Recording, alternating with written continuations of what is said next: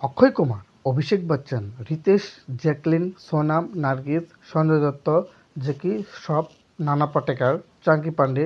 ওহ বাপরে, আর কত নাম বলবো। আরও অনেক কমেডিয়ানই আছে, এত নাম বলে শেষ করা যাবে না। আরে বলছিলাম হাউসফুল 5-এর কথা। গতকাল তো এটা টিজার প্রকাশ পেয়েছে, যদিও এটাকে টিজার বলা চলে না।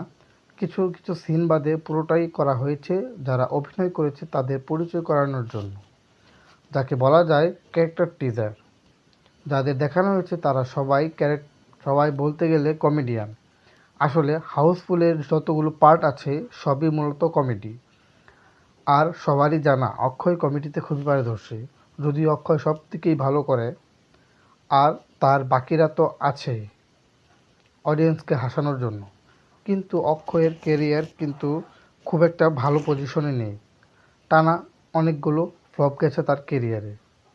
সবাই ভেবেছিল এবছর তার হাতে ভালো কিছু কাজ আছে, কিন্তু সিকুয়াল ভ্যালু আছে যা দিয়ে তার ফ্লপ ট্যাগটা যেতে পারে। যদিও জানুয়ারিতে রিলিজ পাওয়া স্কাই ফোর্স বক্স অফিসে এভারেজ ব্যবসা করেছিল, আর কিছুদিন আগেই তো ক্যাসারি 2 মুক্তি পেয়েছে, সেটিও বক্স অফিসে তেমন কিছু করতে পারেনি। যাই হোক, ছবিটি পরিচালনা করেছেন তরুণ মানসুখানি, আর প্রযোজনা করেছেন সাজিদ নাদিয়াদ অলা। যার প্রযোজিত সিকান্দার সিনেমা রোজার ঈদে মুক্তি পেয়েছিল, সেটিতে ছিল সালমান খান।